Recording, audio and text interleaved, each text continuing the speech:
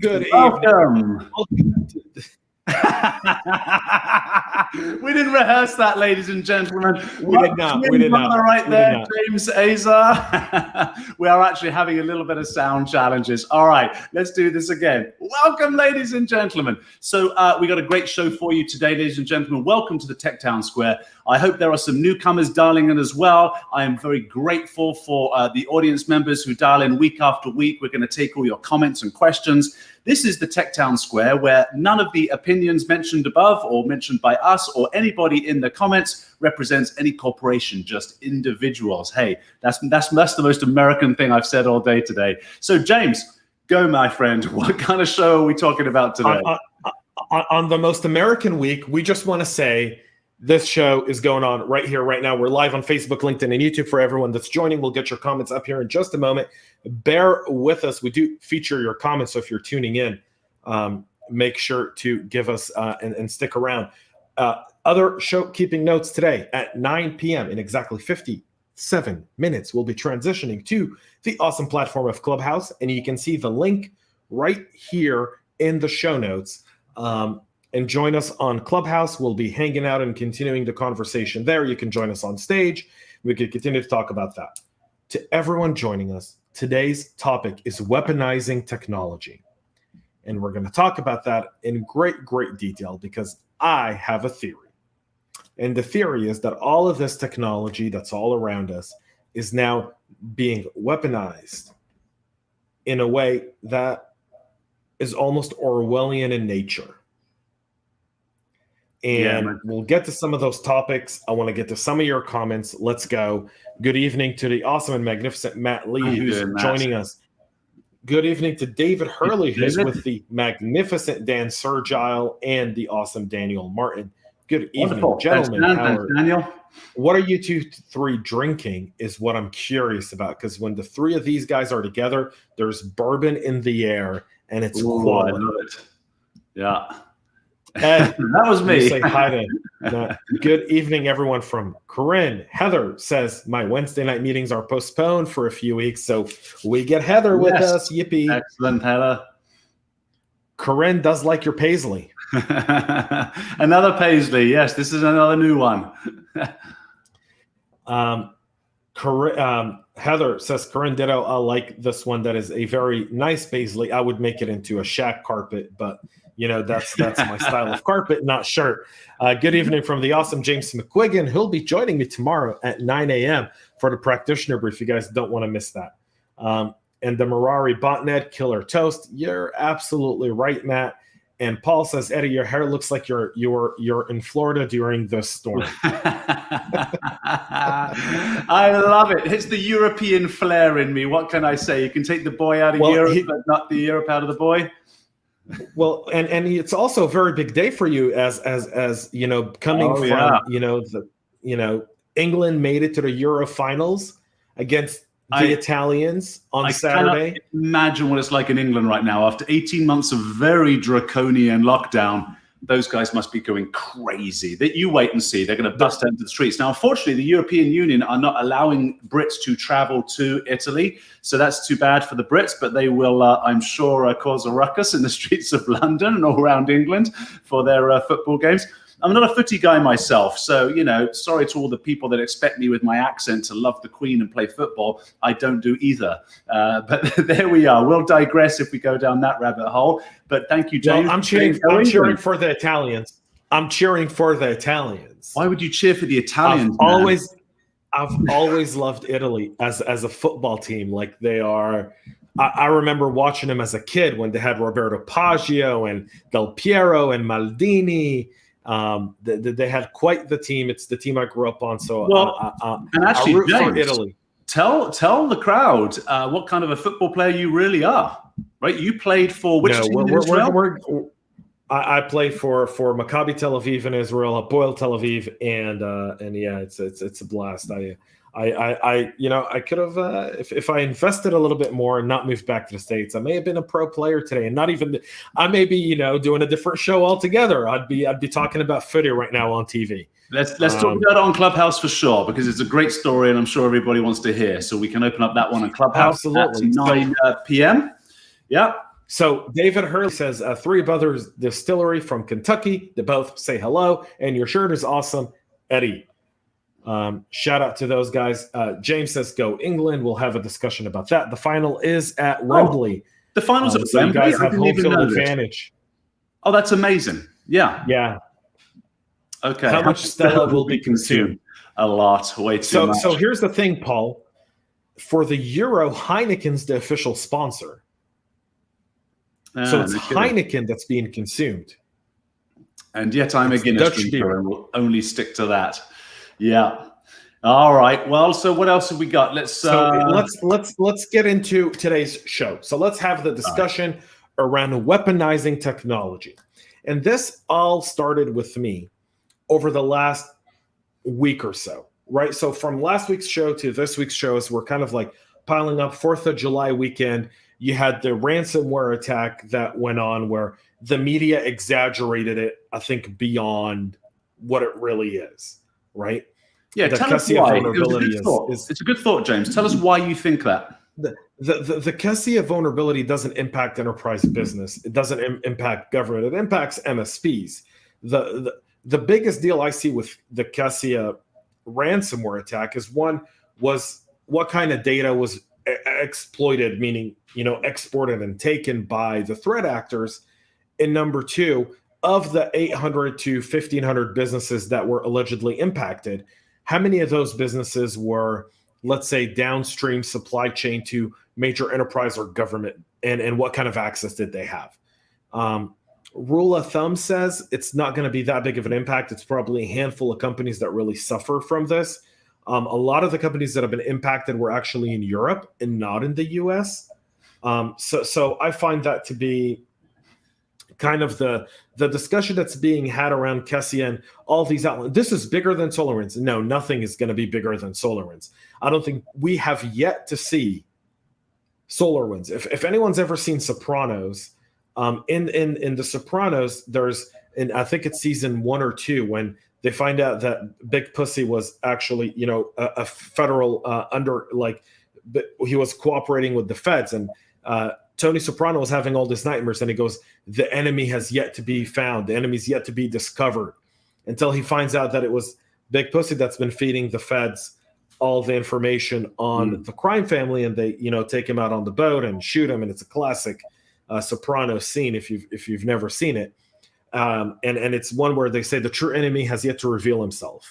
And with SolarWinds, our true enemy has yet to reveal himself. It's a great perspective. We don't know yet the full impact of SolarWinds. So when people say this is impacting more people than SolarWinds, because SolarWinds only impacted, a few dozen companies or whatnot that had Orion, I don't buy that. But here's the thing about this that I think is very interesting.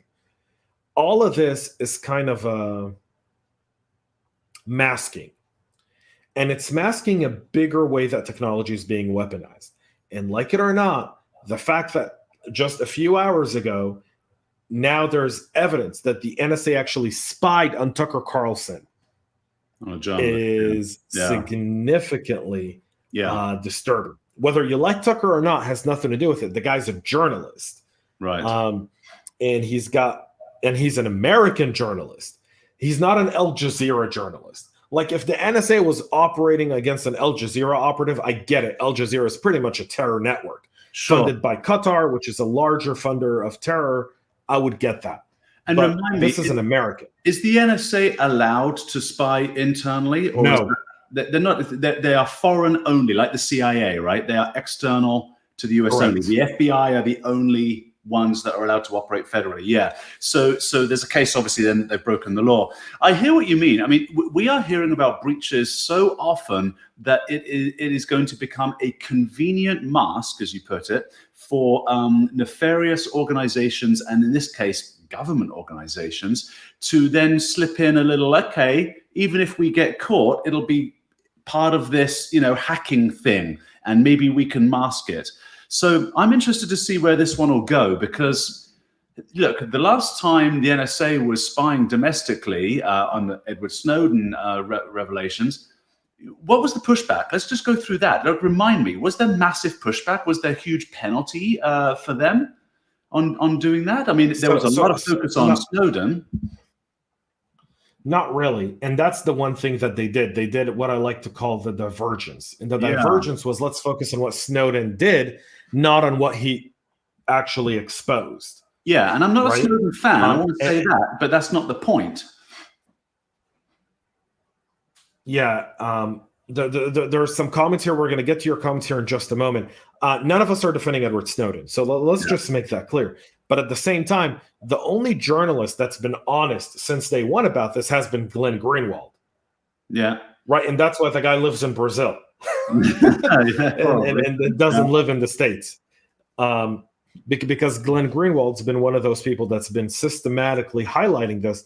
But Glenn Greenwald's also been one of the guys that's been highlighting what the NSA's done to Tucker. And Jack Posobiec is now reporting that there's clear evidence that the NSA's been spying on Tucker Carlson, essentially what they did to General Michael Flynn. Essentially the same exact modus operandi that they did with General Michael Flynn, which is, okay, he's talking to someone who's foreign, let's spy on him. But the weaponization of that technology, meaning the fact that they can just get access to any data that they want, unprovoked, meaning through a FISA warrant, is just very, very, one, disturbing. And number two, it starts to make you question, do we live in a free country? Or has technology been, have we been pushed so much towards all of these advancements in technology that we now live in a surveillance state that's constantly weaponizing this technology against its own citizens, and the same technology is being used by foreign nationals to do that. So, for example, YouTube took down a video of Senator from Kentucky, your guy, Rand Paul. They took down a video of Rand Paul talking about mRNA vaccines. They said that it's this is a sitting U.S. senator, right? So all of this technology's been really weaponized now, and China's weaponizing it, Russia weaponizes it, other people are weaponizing it, and they're weaponizing it by creating division within their own people. And I think that's going to be our discussion today is not what can we do, but is there a way back? Can we reclaim this stuff, and what is it going to take to reclaim it? If we're That's a great question for the broadcast today. Exactly. Why don't we get some comments and then we'll get to that question, because it'll be interesting to hear how we can reclaim it. This is Heather. This is Heather, who says MSM loves to go for the big headlines. Yeah, 500, 1,000 companies affected. I roll. Right. Agreeing with your point there on Kesa Hack. Right. This is Nathan. Was a bow tie model. No, there's other bow tie models out there, but yeah, it looks like it. And thank you, Matt. Yeah, Matt, you always have good comments on what our intelligence communities are doing. The NSA has definitely been collecting and monitoring American citizens since General Alexander. Yeah, the surveillance state we can say is here, right? Right, but this goes against all of the NSA's essentially charter, FYI. Right. Is this Heather again? Charter's foreign. Let's assume that everyone is being this is Nathan.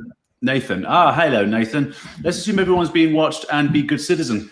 You know, this has been my point for quite some time, but I think it's starting to break down for me because up until fairly recently, I've sort of shrugged my shoulders at I'm a good guy, right? Hey, on occasion I'll smoke a joint, whatever, that kind of thing. But it's now I'm realizing that you give them a little bit of room, and that's the question I want to get to after we go through the comments, is how do we then take back ground? Because all of a sudden it could be something like, well, guess what? Not even one joint, or not even, or they could change the rules on you once they're in charge. And now all of a sudden you're on the outside circle. So, I'm gonna, exactly what Matt's saying, not that simple. I'm gonna fight for we need to reclaim ground on this thing and get back to, I try not to be so patriotic all the time, but after July 4th, why not? Get back to why we established this great social experiment in the first place, that is the United States of America, to say the individual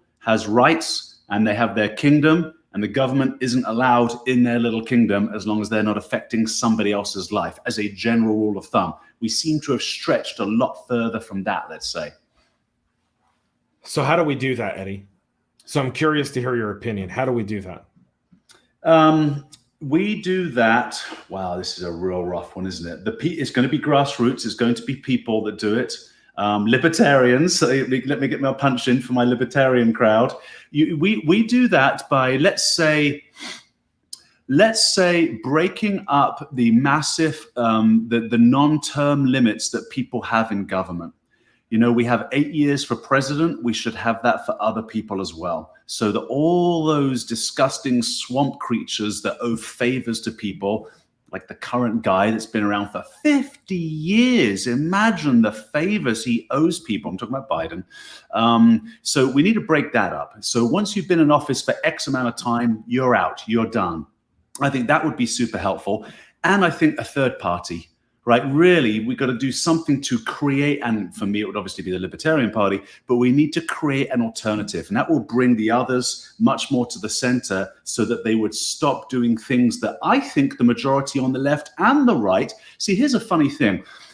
You start looking at things like surveillance, and we get agreeing points a lot of the time, the majority of people on the left and the right. The majority of people will be like, yeah, I'm not so keen on that. But we have this huge division that we're not even allowed to agree with people on the left if we're on the right, and vice versa. So that I think can be solved by bringing a viable third party as an option into the United States. There you go. That's where I would start. So I want to get to Matt's comment here because I feel like, this one. Okay. Not one single freedom or liberty given to a government typically gets reclaimed in history, unless the people reclaim it, Matt. This nation was founded on just giving up that one single freedom. Because remember, we were a British colony. We were there. I mean, we had to start up a nation. Yeah, but it was taxation without representation, right? And so they wanted us to pay. I mean, you know, this country was founded on the fact that we didn't want to pay tax or an exuberant amount of taxes to fund a failing British monarchy at the time. Mm-hmm, right? Mm-hmm. And that kind of started it. As a general rule, I think Matt's correct, though. I can't think of another example. Yeah, it's very hard. I agree. Right? And maybe the Magna Carta. We can vote with our money and quit Facebook, iPhone, Google. I quit it all today. That's Nathan. I double dog dare you to. As from Heather. Right. So the problem with that, I hear you, Nathan. It's like after Twitter decided to ban a sitting president, like him or not, it's immaterial to me. I quit Twitter. So did James. But with two people, it makes a pathetic difference when just a few people do that. So I think it's going to be something else. Reddit is a free square. What does that mean? We're talking about can I keep Reddit? Nathan asked, can I keep Reddit? Sorry. And Matt said Reddit is a free square. Matt also says here, agreed, but the liberty did not get returned. We made a new government. Indeed, but we're starting to see that almost form today, right, in our country, where you're starting to see different states form different alliances. So, for example, Texas, Florida, South Dakota, all have deployed National Guard and local state assets to secure the border in Texas, something that the federal government hasn't done. And the laws that evolve within our nation have kind of been put on, I want to say, been put on hold, almost in a way where states just say, we're not going to do anything about that law that you passed, and we don't really care. And we're not going to enforce it, and you're not going to do anything about it. And if you come into our state, we'll show you the door, federal government, get out. And we saw that go on with Trump in office. Now we see that with Biden. I think there's something to be made here about that. Nathan, sorry, this isn't Nathan. This is Heather. She says, ew, why would you want to? Only if you keep it to R made me smile on Reddit. Matt says, my point as well, James. Haiti already started. If you folks have missed the headline today, the Haitian president, while in his residence sleeping at 1 a.m., had assassins come through and shoot him dead. Missed that one. Wow, really? No kidding. Yeah. So David Hurley says an awesome comment here. Anyone that says, why do I care? I'm not doing anything wrong. The right thing is to ask why do they want to know? The answer is money and power, because knowledge is power. That's David writing it on behalf of Sir Gile, who's probably got his hands full with a good Kentucky bourbon, as he says this as well. Marijuana laws are a great example of that. And exactly, that's right. Yeah, it's a bizarre. Heather agrees with David Hurley and Daniels. Yeah. Go ahead. Well, I was going to say, it's a bizarre kettle of fish that today the police officers that once put, kids who had, let's say, a singular joint in jail can now sit at their homes and smoke a joint. So this is how frivolous laws can become and how quickly things can change. Now, in my opinion, it's a good change, right? That we've started to legalize, but I don't think prohibition is a good idea, right? Prohibition just doesn't work. So you can't stop humans from doing what they want to do. But it's when it's in its reverse, then it becomes a problem. You can make me today, a law-abiding citizen, an outlaw by, let's say, making marijuana illegal again, right? And now all of a sudden the surveillance state is a problem for me when previously I was a good boy and I couldn't have cared. So I greatly care. Yeah. The guy that, of course, I mean, this is why we keep repeating his name, George Orwell. The guy that really articulated this well in Animal Farm and in 1984, is Orwell. And when you start rereading Animal Farm, and you should, it's like a $5 book. It would take you a weekend to read. It's so fast, a day if you just sat through it. You see the progression from the beginning where the pigs start standing up and they kick the humans out and they say, okay, we'll divide up the work. And then at the end of the book, the pigs are living in the house, sleeping in the bed. They are the masters again.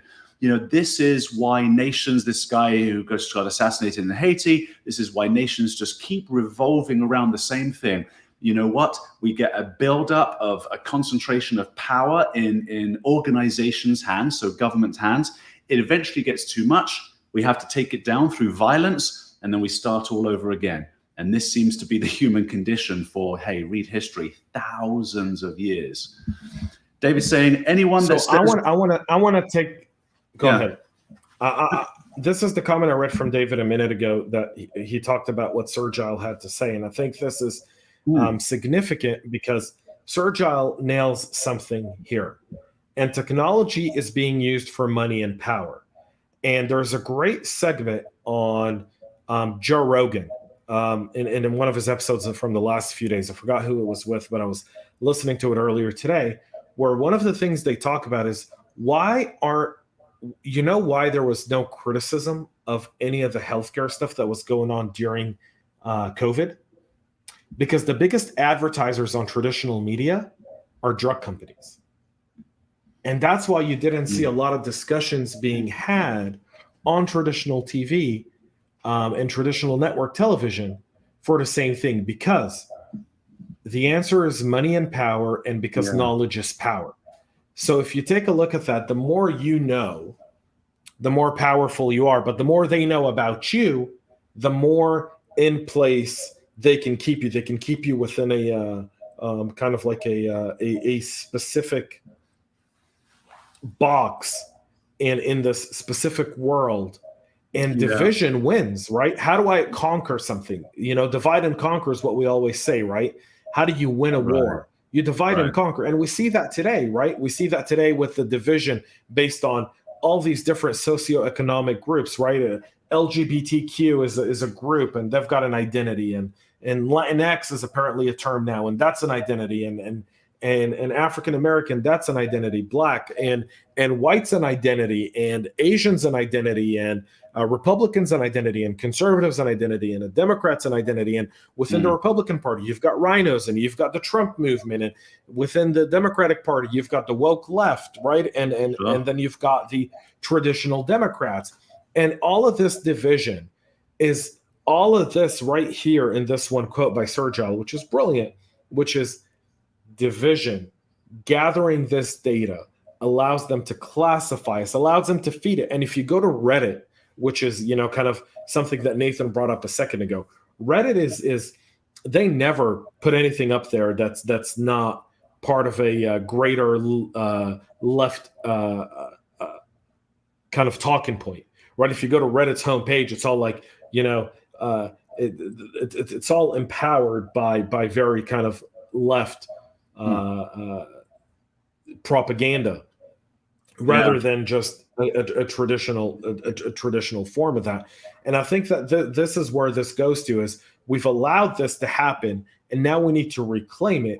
And one of the ways to reclaim it, and really one of the ways to address this effectively, is to start looking at how much power do these companies have, and then holding people accountable to hold those companies accountable.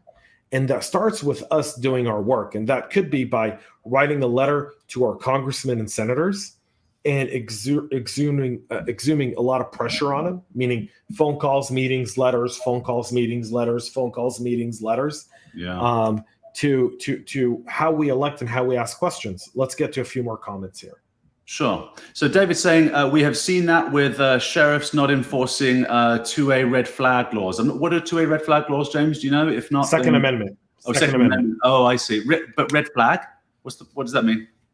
So Second Amendment red flags laws are, there's red flag laws where if someone's let's say your wife files for a restraining order against you, and part of the restraining order is you shouldn't have a weapon. You're not allowed to carry firearms for as long as the restraining order is there, because they're afraid that you're going to use the firearm. So technically what's supposed to happen is the cops are supposed to come, and if you've got a registered weapon, they're supposed to take them until that matter is resolved, and then they return them back to you. But they don't really do that. Apparently they don't do that. Okay, let's get through a few more comments, and then I've got this is, I believe this is, let me see here. How do you keep the glass house that we have created safe, Nathan? We are the only ones in the world who are so open. This is right. And we are the ones that everyone wants to compete with. I know. It's a very interesting animal that we've created. That's right. You know, for all of the hoopla that we hear about inequality, the reason we hear it so much here is because we are so open that we allow people to say it here. Most other countries oppress people who start screaming at the government saying, I'm not getting a fair shake. So there is a strange psychology that would make the world look at America. And if you look at international news, I used to be a big traveler. James is a big traveler.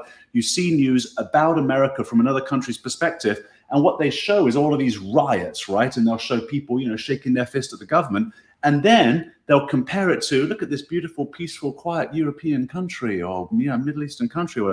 And it's like, yeah, no, it's because the people are oppressed that they can't say these things. And so we've created this glass house. I love that comment. That's a beautiful analogy to look at it. And in spite of that, have become the global leader in innovation. Name me another country that innovates, right? I mean, really innovates, right? The Silicon Valley type innovation in, well, Israel. Yes, to be sure. Yeah, they're a big innovative country, sure. They just don't have the muscle of America. Germany. 30 million people. Germany. What do they innovate? Germany. Don't say cars, because I've got a history on World War II with cars. What does Germany innovate? Compared to America. Some of the... right? When you look at the German ability to innovate, it's documented across history. They've innovated a ton, especially in healthcare. They're one of the top innovators in semiconductor technology. They have some of the top engineers for semiconductor technology, which is really the powerhouse behind a lot of the things that we do today. So I'll say there's some innovation. And I'm sounding way too American. If my European friends heard me, they'd be like, listen to this arrogant arsehole. But my point is that the vast majority of innovation occurs here. And I think, so because we have that glass house, we have this open society, you know, we have a place where the average human being, if they want to have a fair shake in life, can just go for it. I think it's a lot harder in other places like Germany, right? Israel, for sure, big innovation, like unbelievable what those guys have done in 80 years. It's just, that is the greatest comeback story in human history. But we're talking about, you know, how many million people? Not a lot compared to the United States. And therefore the influence, while it's still building and is colossal for the tiny size of the country, doesn't compare to what the US has been able to accomplish. Correct. So Kim says Coliseum versus NFL stadiums. Today, people have not changed much, and diversion. So everything that's going on is to divert us. This next one is from Nathan. What if they broke us? China came in and broke us, and we're just sitting here arguing. Where are the adults in the room? Maybe the corporations don't care about us as a market. Maybe the market now is the whole world. Okay, keep that one there for a second. One of the Chinas was supposed to be Russia. So when you China and Russia came in and broke us. So when you were saying earlier, James, about, the LGBT community, and then we've got, the African American community, white community, etc. And then within those communities, people are also fractionated, right? You see this a lot in religion. Christianity has several thousand sects? I mean, certainly up to 1,000 different sects within one religion. So people tend to do that. Here's why I think, and then here's what will answer your original question of what would I do about it, Eddie, as far as to gain back ground. I'll sound a little hippie with this. People need healing because, we have become intolerant to disagreement. We seem to be offended with disagreement. It's a strange thing, right? Like you just disagreed with me when I said innovation, right? And in other circles, I'm deeply offended. I'm deeply offended. Me too. And we're live. How dare you, James? I'm going to text you right now. So it seems that people don't have, and this come across as patronizing, but I mean this in a sincere way, an emotional strength and maturity to be okay with the unknown, okay being wrong, so that they don't fractionate themselves and move into another camp. I think that's what happens. It's like this person has something that's different from what I think. I'm offended, I'm going over here. And I'm going to bring a group of people with me, and I'm going to start my own thing, right? And then they start their own thing. We've got another. So then what happens is we're all fractionated. And then as this comment says, then when a united front comes in, which is anybody under a dictatorship, because they have to be united, it's going to be a hard fight. It's going to be tough going. There you go. Yeah, I mean, there's a bunch of stuff to go with what you just said. I will say two things. One, America is a very hard country to invade, and the reason for that is because China and Russia combined may have 3.5 million soldiers, but you've got 75 million armed Americans. Yeah, and we've got two gigantic oceans on either side of us. Exactly. Yeah. Right. Yeah. So America is a very hard country to invade, but you don't need to invade it militarily. You can invade it by division, meaning dividing the states. If all of a sudden California became its own country, right, you've succeeded in dividing these United States, right? Right. And that's one of those where we're seeing this division politically. I personally think that what we need to reclaim, going back to an earlier comment, people have never been able to reclaim stuff. They formed a new government. I don't think we need to form a new government. I think we need to eliminate the political parties and start new political parties. I think our country has 320 million people, 330 million people. We can't barely be represented by two freaking parties that are run by 50-year-old hacks that are holding on to their jobs. I think we need a broader government. And I know we're a republic, and people are going to be like, James, that's not how it works.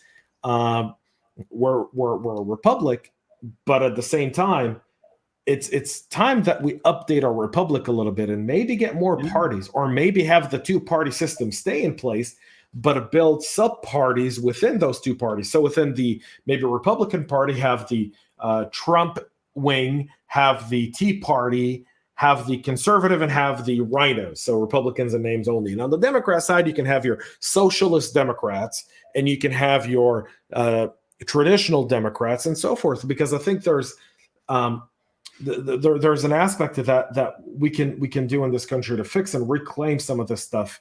So I want to get to that. David Hurley, I want to get some comments. Sorry. No due process and guilty until proven innocent in this country. Yes. That is definitely one of the challenges we've got. Yeah, in the media. Product cancel culture.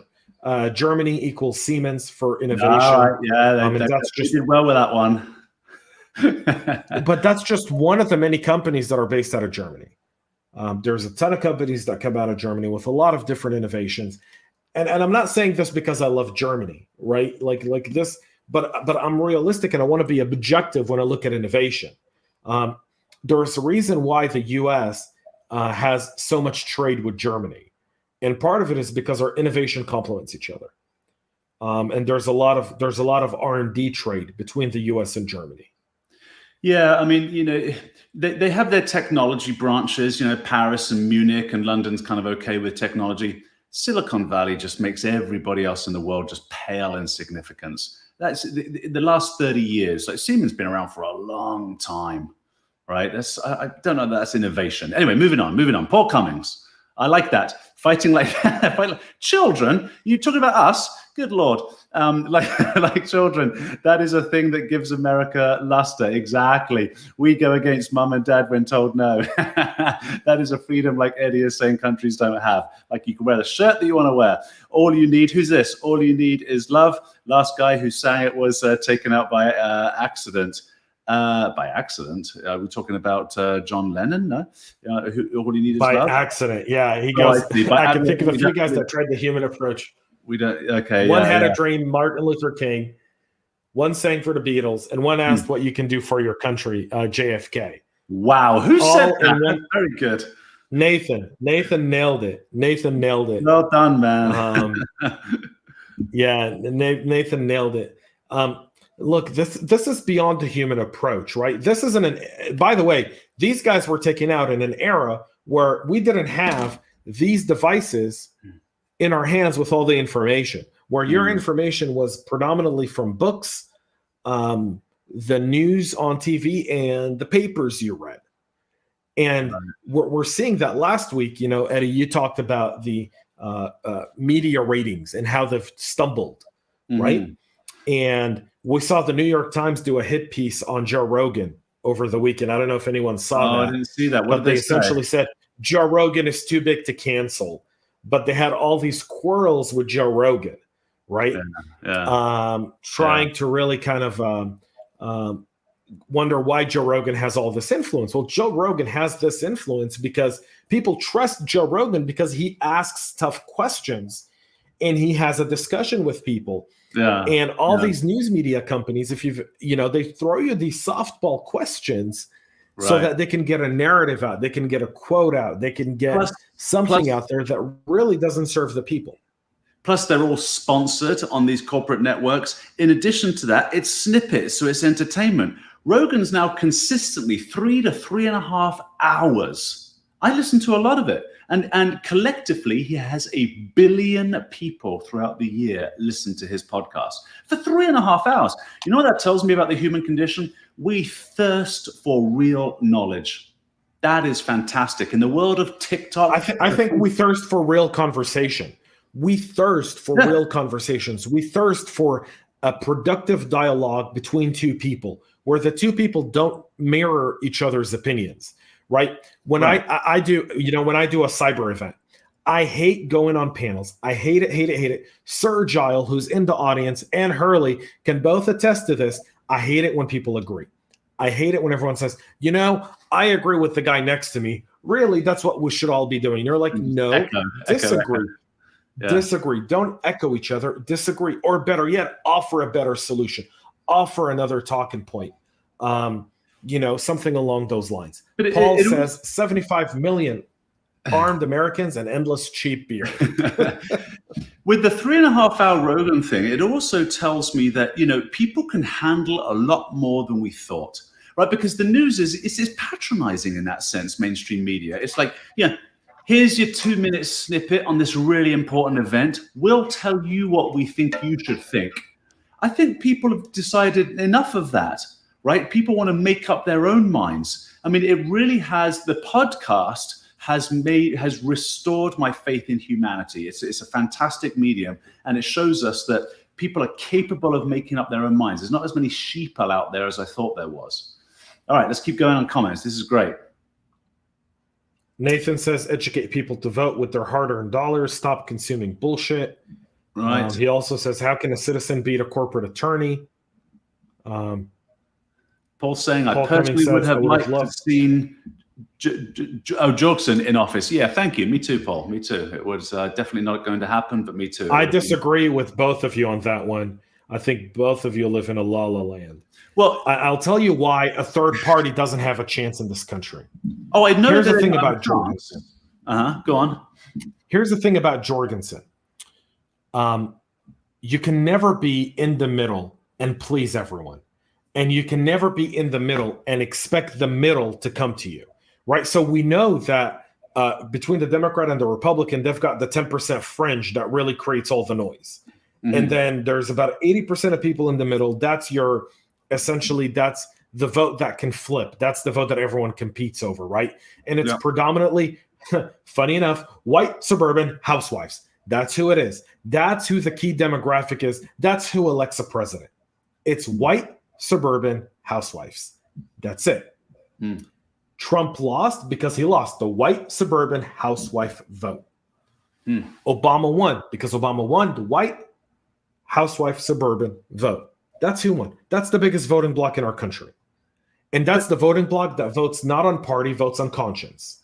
But Jorgensen and the libertarian view is not a center view, right? We're not in the center as libertarians. Libertarian is a whole other thing. It basically says both right and left, although there's more disagreement by far with the left. We're saying reduce the power of the federal government so that the suburban housewife and anyone else shouldn't have to care as much as we do, right? If you reduce the power of the federal government, then we're not having these discussions. There's a handful of things that I want the federal government to do. Military, police, law courts, and I'm starting to run out of things that I want you to do already. I mean, I'm being sarcastic, right? But that's so the libertarian thing is a whole other thing. It's extrapolated out from the right and the left, and it says you're both corrupt and crooked, right? We need to let the people sort their own stuff out. We'll just give them courts and decent laws, a military, a police, a few other things, and go at it. I think that's a fantasy in so many different aspects, because I think that at the end of the day, our country, our nation, is very much intertwined in this division of right and left, and so we see that way too often, where everything is polarized.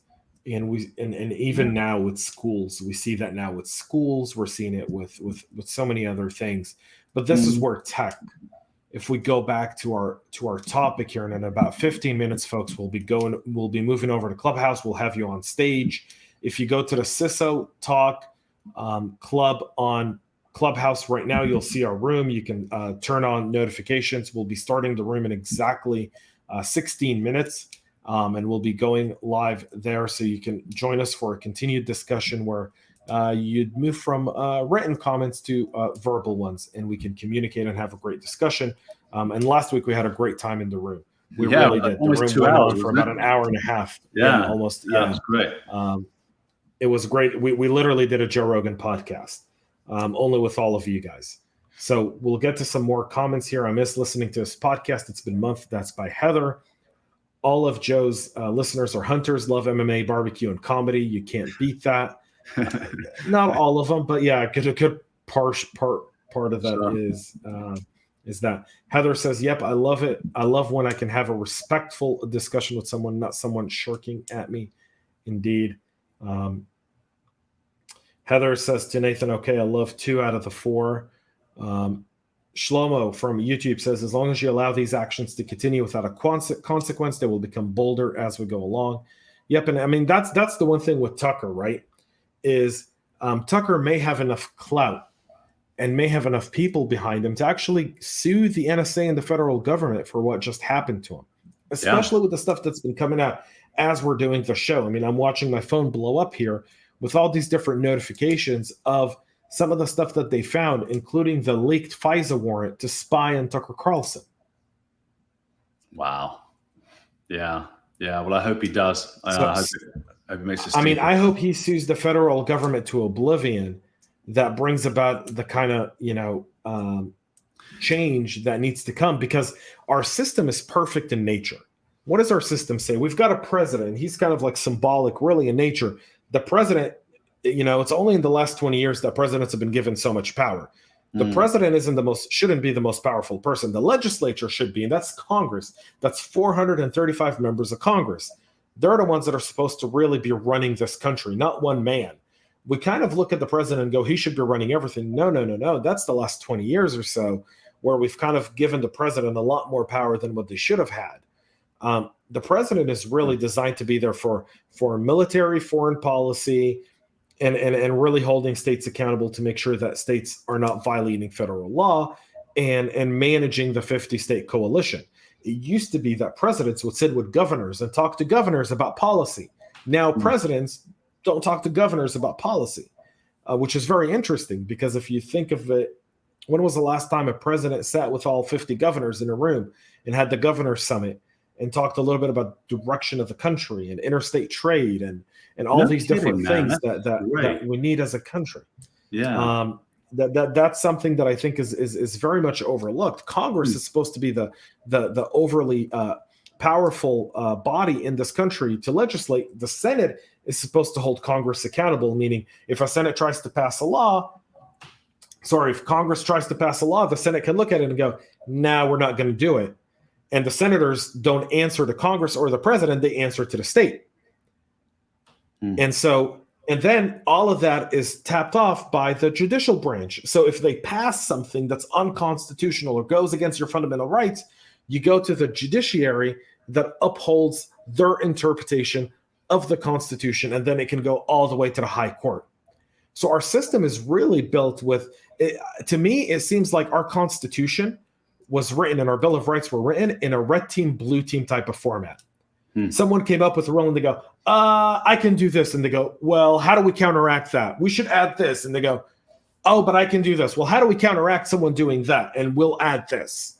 So what happened? And that's the Federalist Papers, by the way. That's the Federalist Papers. If people actually read the Federalist Papers, that's literally how our Constitution was written. It was ran almost like an attacker and a defender debating each other over what things can do. So how did the presidents, and when did they get so much power? And how is is it legal? Because if it's not, then let's break that up right away. So 9/11. 9/11 was really but Clinton had power. All right, let's start off with Clinton had a little bit more power than he should have. George W. Bush, George H.W., the father, also had a little bit more, but he was a one-term president, and so that didn't go there. It's kind of started on the second term of Clinton. Then 9/11 came through, and that really expanded the federal government powers, right? With the Patriot Act and FISA and all these different things that went on. And since George W., it's only expanded. I mean, Obama pretty much ran his entire administration on executive orders, right? Yeah. That's why when Trump came into office, he was reversing everything Obama did, because Obama couldn't get anything passed in Congress. See, the reason we couldn't change stuff that Clinton did was because Clinton was a master negotiator.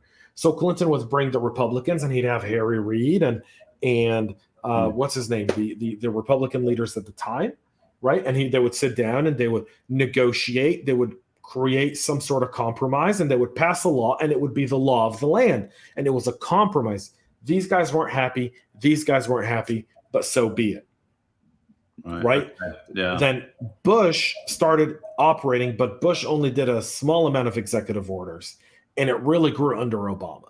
And Obama started, essentially, he couldn't get stuff done the way he wanted to in Congress and Senate, so he just started doing executive orders. And then when Trump came into office, it was very easy to reverse everything Obama did, because it was all executive orders. And by the way, everything that Biden's doing is all done by executive orders. So meaning the guy the guy or girl, whoever replaces Biden in 2024 can reverse everything Biden did in a waste of time and money. It's like, what a waste of time and money. It's unbelievable. Let's get to a few more comments. We have 9 minutes left. But exactly, I want to talk more about that in ClubHouse, because what a monumental waste of time and money that has become. Podcasts are great. Thank you, Paul. And I think of them as fireside chats that are long forgotten. Exactly, mate. Yeah, who's this? Stop voting party and vote on issues. Yes, that's going to be hard. Nathan. Probably need a third party. Thanks, Nathan. Nathan Greenspan facts. What does that mean? Nathan Greenspan facts. I'm not sure, but thank you, Paul. And he agrees with facts. Like, go ahead. He agrees with that. It's an upside down cake. In the beginning, Republicans were progressive. Yes, it is an upside down cake. I know exactly. I say this a lot. The famous JFK saying, ask not what your country can do for you, not what you can do for your country. If he had never said that, and you just came out that sentence today, that would be a Republican thing to say. I think we can fix everything if we create a third party and name it Jesus. Go beat that with a bat. Who's saying this? We'll sell faster than peanut butter and popcorn.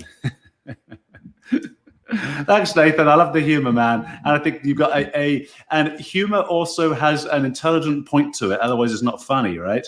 Oftentimes. So that was a good punch.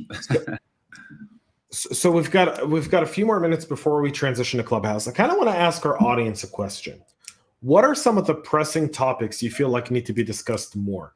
If you write some of those comments, if you write some of those topics in the comments, Eddie and I are going to go through this over the next few days. And we want to build a 3-4 show run with different topics that you guys really want to have discussed in an open town square that we can take forward.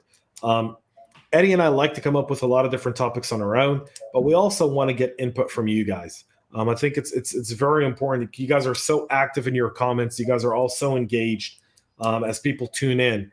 And we want to talk about stuff that's really not talked about as much, or you feel like isn't the talking points aren't really right. So if you can think of anything and you want to do that, put those in the comments. If we pick some of your comments, we may have you on to lead the show with us for those specific topics as well. We really want to get you guys more involved in the show. The show isn't just for me and Eddie. And I think we said that last week on ClubHouse. The show is really about every single one of you that tunes in and spends time with us. And it's something that's really important. If you don't have a ClubHouse invite, DM me or Eddie. Will send you one right now. DM us with your phone number so that we can send you the invite. The link to the ClubHouse room is at the very top of these comments. Is there as well, so you can go there. Heather is giving out the first suggestion: the education system, especially public school, critical race theory. Glad I'm not having kids. Yeah, I'd love to discuss that. That would be very interesting. Yeah, that's something that we'll definitely put on our agenda. And the impact of technology too, that it engages with that, right? More and more kids getting laptops, more and more access from teachers to a child on a continual basis. COVID really accelerated that. So actually, that'd be a great show, Heather. Thank you. Yeah, absolutely. Who's Nathan saying says cybersecurity attack? That's Nathan. Okay, good stuff. A tech problem that needs a human solution. Okay, sure. I mean, given James's CISO history and his CISO podcasts and practitioner briefs, that might be a great one, James, for you to take into your brief. So certainly stay tuned on that, and in the show notes. We'll take that into the CISO talk. We'll do a ClubHouse room just for that. Yeah, exactly. I think that'd be great. Paul's saying, how about what Naomi is pushing? What's Naomi pushing these days? How can we redefine entry-level positions in IT and cyber? How can we get involved and shape STEM to where children are growing with cyber hygiene? Well, let's do this on this show. We'll talk STEM, absolutely, and IT in general. That'll be very interesting. And using technology to get kids, into STEM activities. And promote people who are gifted in STEM, and how can technology perhaps help the underserved communities? My wife's a teacher, for example, and she's just applying for a job at a more of an inner city type of school. And I forget the statistics, but I'm going to be fairly close. Something like 20% of the kids are ESL, English as a second language, in this school, and they're born in America. It's a strange thing, right? So we need to fix this, and I think we can fix it with technology, perhaps. That'll be a great topic for us. Absolutely, Paul. Yeah, I think it also complements the idea of critical race theory, right? We're teaching our kids critical race theory rather than cyber and IT and skills that they need for life. We're trying to teach them equity. Yeah. Or that, kids who, don't see race as being an issue, because we know that kids don't see race as an issue, because if you watch on a playground, a kid doesn't look at another kid and go, he doesn't look like me. They just play. So therefore I'm not going to play with him. Kids don't see that. We as adults see that because of different things that we're fed. And I think part of the problem with race in our country is Hollywood. Hollywood's promoted a lot of different race stuff over the years that have really caught on. Yeah, that's true. The other thing, I think these are great topics. Absolutely. Go ahead, Eddie. The other thing that I think James and I would love to do for you on these topics, so please keep them coming, and or DM us as well if you've got topics that you think of later, where we can be of service of you in your professional or personal lives. I mean, let's say there's something like the social dilemma, which is one of our earlier ones, right? James and I just felt passionately, being fathers, being great citizens of the community, that the social dilemma was something we should promote and we should talk about, and we should understand why kids getting involved in social media to their detriment will sometimes even commit suicide, right? So it was a very important topic for us. Well, if there are things important to you in your professional life that you need to understand from a technology perspective, suggest it to us. If it works for the wide audience too, we'll go for it. We'll even do some research, right? So here's my commitment to you. We'll do some research throughout the week, bring you a great show which lives forever on James's LinkedIn channel and on YouTube, and you can take that and use the video in the future to help your colleagues, help your management understand things, help family members. So think of it from that perspective. I would love us to be able to have influence to do positive and to do good, for society. So let us be that group for you. All right, Shlomo also jumped in with a YouTube comment there and said, I don't agree with Eddie with regards to the statement that 2 people leaving Twitter doesn't mean much if we operate under the assumption we'll never right the wrongs. 2 people bring 2 more. You know what, Shlomo, you've reminded me of Margaret Mead's quote, which goes something along the lines of, never underestimate what a few people can do. Surely it is the only way the world has ever changed, right? Something like that. It's a great quote. And that's how a movement gets created. So I stand corrected, Shlomo, right? I shouldn't diss the little effort that James and I put in with quitting Twitter, and the suggestion I think Nathan made earlier. Hopefully it does catch on. Hasn't so far. People are still pissing against the urinating wall of Twitter. Which Not is really. great, Twitter, right? Twitter's become an echo chamber of just blue check marks, right?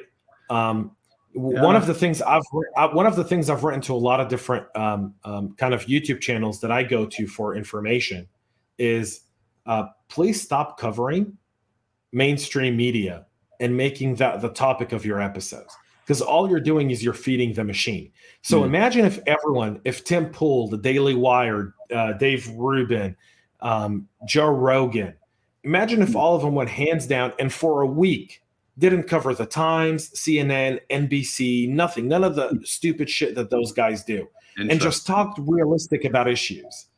What would happen to that machine? Because that machine today, they get views because you go to Joe Rogan and you listen to something and you go, what'd they do? And now you're a free-minded individual, so you want to go and check it out. So you go to YouTube, you look it up, you watch it, they get the view, they get the click, they get revenue. Right. Well, maybe what happens if for a week we did that? So maybe over the course of time, these big influencers who command these massive audiences will constantly keep gathering power, and then they could flip the switch. That would be interesting. It would be a revolution in a sense. We'll see. Folks, we're going to move to ClubHouse. I'm going to open the room right now. Okay? Go to the ClubHouse. It's the CISO Talk podcast. Or you can search the Tech Town Square after show, Weaponizing Technology. We're going to move to the room here in just a moment. For everyone watching us on LinkedIn, Facebook, and YouTube, thank you so much for tuning in. Thank you for being with us. Come to ClubHouse, hang out, come on stage. Eddie and I love to have you there. So until then, I'm going to go start the room. We're going to sign off. Eddie, cheers, buddy. See you in the ClubHouse. Beautiful. See everybody soon. Thank you very much for tuning in. Be well. Be safe.